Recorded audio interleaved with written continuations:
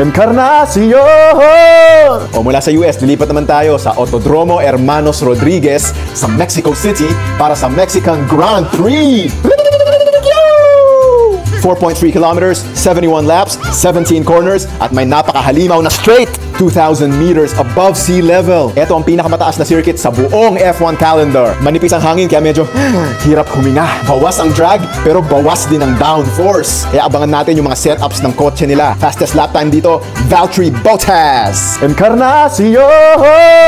Sinong may pinakamaraming panalo sa Mexico? Walang iba kundi si Máximo Verstappen Lopez Garcia y Hernandez ng Toro Rojo Las Carreras. Very festive ang atmosphere sa Grand Prix na to. Iba ang crowd dito. Ang saya, ang ingay, puro inuman, sayawan, parang fiesta. Tapos tatagos yung karera dun sa gitna ng stadium sa harap ng libo-libong fans. Oh, sarap!